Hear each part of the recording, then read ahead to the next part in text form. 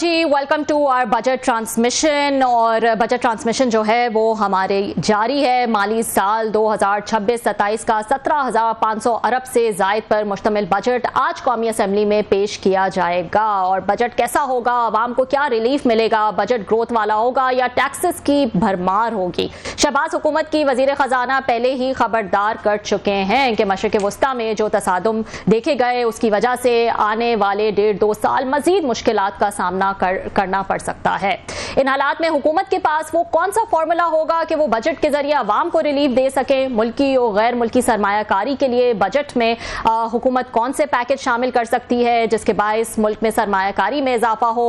हुकूमती वज़रा खुद इस बात का एतराफ़ कर चुके हैं कि पाकिस्तान की बरामदात इस वक्त शदीद बहरान का शिकार है। बरामदात में इजाफे के लिए हुकूमत के पास क्या प्लान्स हैं, ज़राअत के सेक्टर में किसान के लिए बजट में क्या नई तजावीज़ हुकूमत पेश करेगी, टेक्सटाइल की इंडस्ट्री को तबाही से बचाने के लिए इस बजट में क्या नया फॉर्मूला आ सकता है। फिर तनख्वाहदार तबके और सरकारी मुलाजमीन की तनख्वाहों और पेंशन्स के हवाले से क्या खुशखबरी होगी, टैक्स के हवाले से क्या खुशखबरी होगी, महंगाई पर काबू पाने के लिए और आम आदमी के जो हालात हैं उनको बेहतर बनाने के लिए शहबाज हुकूमत का ये 5वां बजट कितना अहम होगा। मुल्की दिफा के लिए बजट में कितना मुख्तस किया जाएगा। तरक्याती बजट के लिए 1,000 अरब रुपए मुख्तस और बजट खसारे पर बात करने के लिए हमारे साथ मौजूद होंगे सीनियर इकोनॉमिस्ट अली खिजर। उनसे बात कर लेते हैं। अस्सलाम वालेकुम अली, बहुत शुक्रिया ज्वाइन करने के लिए। थैंक यू फॉर हैविंग मी।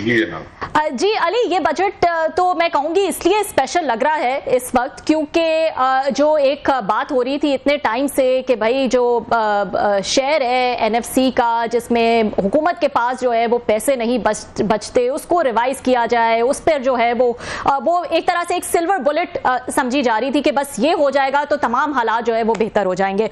अब तो ये होने जा रहा है कि डिविजिबल पूल जो है उसमें चेंजेस देखी जा रही हैं और सूबे जो है वो पहली दफा अपना शेयर गिव अप करेंगे कोई 1,100 अरब का, और वफाक के पास जाहिर है फिर ज्यादा वसाइल होंगे। तो आपको लगता है इससे वाकई वफाक के जो भी मसाइल हैं वो हल हो जाएंगे? ये पैसा क्या वाकई प्रोडक्टिव सेक्टर्स पे लगेगा, क्या होगा इससे? नहीं जी, मेरा नहीं ख्याल कुछ ऐसा ज्यादा होगा। बहरहाल ये एक अच्छी मूव है बट ये वन टाइम मूव है। नंबर 1 कि ये जो पीपल्स पार्टी ने जो इसमें जो निगोशिएट किया है वो ऐसे निगोशिएट किया है कि जी हर साल इसको हम दोबारा टेबल पे आएंगे और देखेंगे, तो जो भी आपका आज का नंबर आएगा डिविजिबल पूल से उधर जाने का वो अगले साल पे टेबल पे जाके वो बात होगी। तो ये नहीं कि ये रिकरिंग होगा, इंश्योर नहीं होता नेक्स्ट ईयर क्या हालात होते हैं क्या नहीं होते, वी डोंट नो। अच्छा, नंबर 1 नंबर तो ये पैसे जो सूबों को आ रहे हैं, जो फेडरल गवर्नमेंट को आ रहे हैं वो इसलिए आ रहे हैं कि फेडरल गवर्नमेंट ने जो अपना प्राइमरी फिस्कल सरप्लस का टारगेट है और जो फिस्कल डेफिसिट के टारगेट है उनको मीट करना है, तो उसकी वजह से वो ये आ रहे हैं। और उसकी वजह से कोई एक्स्ट्रा स्पेंडिंग डेवलपमेंट पे कोई एक्स्ट्रा स्पेंडिंग आगे पीछे उस तरह नहीं होगी। हाँ, वहां पे देखा जा सकता है कि वहां से इनके पैसों के आने की वजह से कौन सी टैक्स रिलीफ मिलेगी वो देखना पड़ेगा। जैसे आपने प्राइम मिनिस्टर की स्पीच में सुना कि वो कह रही है कि जो शबाना रोज उनकी मेहनत की है तो उसके नीचे में रिलीफ आएगी, बट वो रिलीफ आप देखें ना, जब आप पेट्रोल की कीमतें जो है वो आप 100-150 रुपए की बढ़ाते हैं, उसके बाद जब 5 रुपए कम करते हैं तो वो भी बहुत बड़ा रिलीफ होता है। इस तरह आपने टैक्सेशन जो इतनी बढ़ा दी हुई है जो पिछले 3-4 साल में, उसमें कोई माइनस कम कर देंगे तो बड़ी बात होगी। अब आपको यह है कि इतना सुपर टैक्स है, इतना इंटर कॉर्पोरेट डिविडेंड ब्ला ब्ला 60% प्लस इफेक्टिव टैक्स हो जाता है फॉर सर्टेन कॉर्पोरेट, तो आप उसका 2/3 जब आप वो ले जाएंगे रिलीफ आती है, ये देखने की बात है। तो बिल्कुल एक स्टेप होना चाहिए गवर्नमेंट को, अगला 5 साल का एक रोड मैप देना चाहिए। उसमें ये करना चाहिए कि जी आपका जो सुपर टैक्स है उसको खत्म किया जाए, कॉर्पोरेट टैक्स 29 से 25% पे ले दिया जाए, सैलरी टैक्स को कम किया जाए और हर तरह की इनकम को टैक्स होना चाहिए। देखिए जी, जो बुनियादी मसला ये है कि वाई भी डिफरेंशिएट बिटवीन ए इनकम और बी इनकम। भाई रबिया की इनकम और अली खिदर की इनकम में फर्क क्यों है? इनकम कहीं से भी आ रही है इरिस्पेक्टिव, आपने इंसेंटिव देना है तो आपने सेक्टर को इंसेंटिव और जगह से दे, बट उस सब इंसेंटिव के बाद एक कंपनी या एक आदमी जो है वो अपनी कमाई करके घर पे लेके जाता है जो उसकी डिस्पोजेबल होती है, तो कि उसने वो खर्चा करना है अपना, उस पर टैक्स होना चाहिए कि भाई उसके ऊपर टैक्स होना चाहिए। ये नहीं होना चाहिए कि तुम फ्रीलांस कर रहे हो तो तुम 1% टैक्स दो, तुम एक कॉर्पोरेट एम्प्लॉय हो तो तुम 35% टैक्स दो, तुम टेक्सटाइल एक्सपोर्टर हो तो 29% टैक्स प्लस सुपर टैक्स ब्ला ब्ला ब्ला वो सब। तो अगर आप IT एक्सपोर्ट कर रहे हो तो आप 1% या 0.25 पर टैक्स है। तो ये क्यों होता है, ऐसा क्यों होता है? अगर आप एक कॉर्पोरेट हो तो आप ये सारे बड़े बड़े टैक्स, तो आप ट्रेडर हो तो आप 25,000 रुपया दे के भाग जाओ। ये क्या होता है, ये क्या होता है? What is this? आप एक डॉक्टर हो, आप एक लॉयर हो, आप 10% टैक्स दो या एक प्रोफेशनल सर्विस पे दो, दूसरा जो है वो देता रहे। तो ये जो बुनियादी तौर पे ये जो आपने डिफरेंट तरह के सेगमेंट बनाए हैं, इसको खत्म होना चाहिए और ओवरऑल टैक्स रेट को 20% 25% होना चाहिए। बहरहाल मुझे नहीं उम्मीद कि इस पे कोई काम होगा। हाँ, ज्यादा से ज्यादा ये होगा कि जो आपने टैक्स इतने बढ़ा दिए हैं उसमें थोड़ा सा रिलीफ दे देंगे। वो जैसे मिसाल दी थी 150 का पेट्रोल के बाद 5 रुपए रिलीफ दे देंगे। तो रिलीफ आपको सैलरी क्लास के लिए नजर आ रहा है? जी, मेरे ख्याल में थोड़ा बहुत आ जाएगा, थोड़ा बहुत आएगा, मतलब थोड़ा बहुत ठीक है। क्योंकि आप इसकी बात कर रहे हैं तो मैं तो एक अरसे से देख रही हूं कि टैक्स टू GDP रेशियो जो है वो तो वहीं का वहीं खड़ा है। अगर आप ये कब से होने लगा, क्योंकि मैं सुन रही थी वजीर खजाना को भी कि 13,000 जो है वो हमने 13,000 अरब हमने कलेक्ट कर लिया है, आगे जो है वो 15,000 कलेक्ट करने जा रहे हैं। तो इसको बहुत प्राउडली जो है वो बताया जाता है। तो एब्सोल्यूट टर्म्स में हम कब से देखने लगे, क्योंकि टैक्स का जो परसेंटेज है वो तो वहीं का वहीं खड़ा है, अराउंड 10%। अगर एब्सोल्यूट टर्म्स में देखा जाए तो इस तरह तो PTI की गवर्नमेंट में 3 बजट में जो है वो 3,500 से 7,000 हो गया था, डबल हो गया था। तो वो डबल तो हो जाता है जाहिर है जब आपकी GDP बढ़ रही होती है, लेकिन परसेंटेज टर्म्स में तो वो वहीं का वहीं खड़ा है, एक अरसे से खड़ा है, बल्कि सालों से। जी, मुझे बताइए कि जब 2017 में डॉलर 60 रुपए का था तो उस वक्त आपकी बाकी चीजें किस तरह आती थी और आज किस तरह आती है? तो जाहिर बात है, आप 60 रुपए से आप 300 रुपए पे चले गए हैं, 5 टाइम ग्रो कर गए हैं, तो फिर एब्सोल्यूट टर्म में भी हर चीज 5 टाइम ग्रो कर जाएगी। तो इस तरह वो ये तो स्पिन है जी। फाइनेंस मिनिस्टर की या FBI चेयरमैन की कल स्पिन थी ना कि इस तरह से है। ऊपर से वो डॉलर में भी दिखाते कि जी डॉलर भी बढ़ा है, डॉलर भी इन्होंने इस वक्त जो है वो ओवर वैल्यूड रखा हुआ है। आपके सामने ही है कि इस वक्त रियर 105 से 106 पे है। तो आप 3 साल पहले dollar Ali sorry to interrupt, आप जो है वो बड़ा इंपॉर्टेंट पॉइंट जो है वो आप रेज कर रहे हैं, लेकिन क्योंकि हमारी नुमाइंदा जो है वो आमना जंजुआ, उनकी तरफ हमें जाना पड़ेगा, क्योंकि पीपल्स पार्टी आपको भी खबर देते जाए, शायद कह रही है कि हम जो है वो बजट का बॉयकॉट करेंगे। तो हम आपके पास वापस आ रहे हैं, प्लीज डोंट गो एनीवेयर। आमना, क्या आप हमारे साथ मौजूद हैं?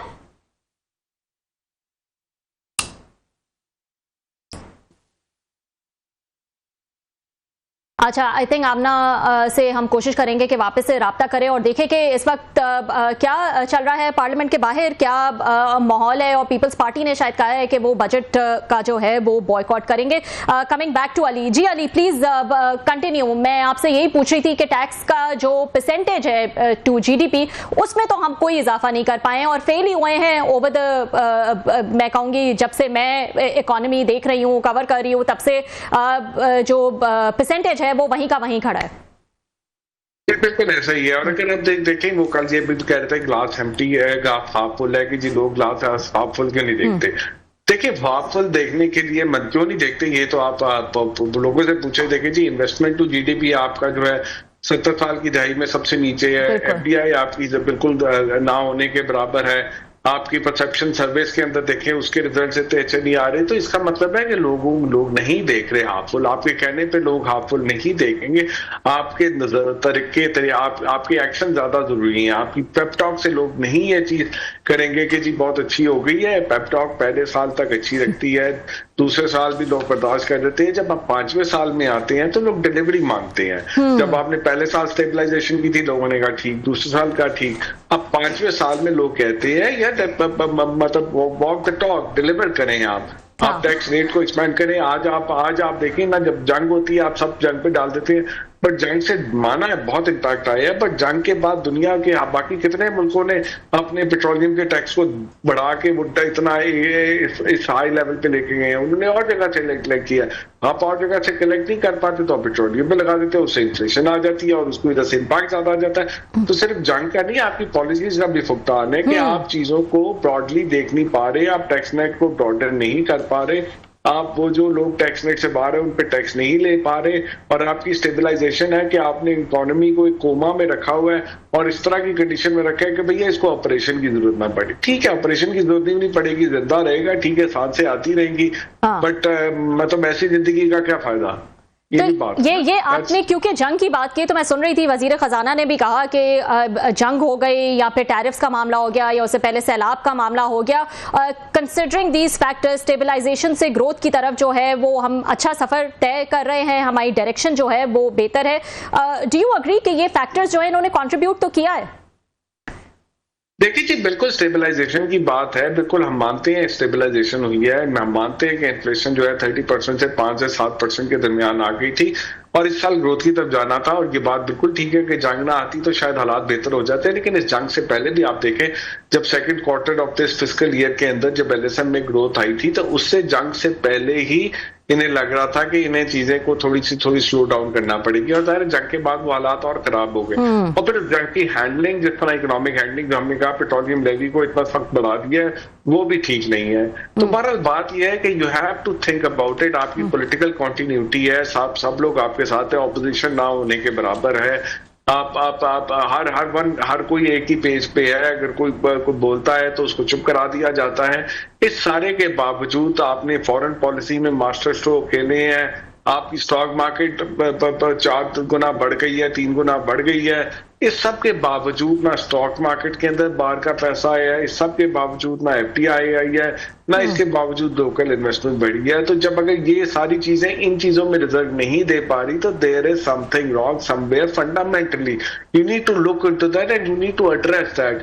वो आप बिल्ली की तरह का कबूतर की तरह आंखें बंद करके बैठे हुए हैं कि ठीक है जी उसको तो हमने देखना नहीं, हमने तो जो आईएमएफ ने कहा हमने बस उसको पूरा कर देना है, हमने तो ये नंबर पूरे करके देने हैं, कैसे करनी है, कहां से करनी है, ये हमारा कंसर्न नहीं है, और बस चलता जाएगा, सिलसिला चलता जाएगा इसी तरह। अच्छा, ये जो डिप्लोमैटिक कामयाबियों की आपने बात की, इसकी तो जाहिर है सब जो है वो इसको अप्रिशिएट कर रहे हैं, चाहे वो भारत के साथ जो जंग में फतह हो या फिर उसके बाद जो ईरान के जंग के मामले में हमारी जो मीडिएशन हो उस हवाले से बात हो। पाकिस्तान ने एक अहम किरदार अदा किया है, लेकिन सबकी नजरें इसी तरफ थी और सबका एक ही एनालिसिस था कि ये जो एक कामयाबी मिली है पाकिस्तान को, बहुत जल्द हमें चाहिए कि इसको हमारी कुछ इकोनॉमिक साइड पे भी जो है वो ट्रांसलेट हो। क्या वजह है आपके ख्याल में? कैपेसिटी नहीं है, विल नहीं है, कोशिश नहीं की गई?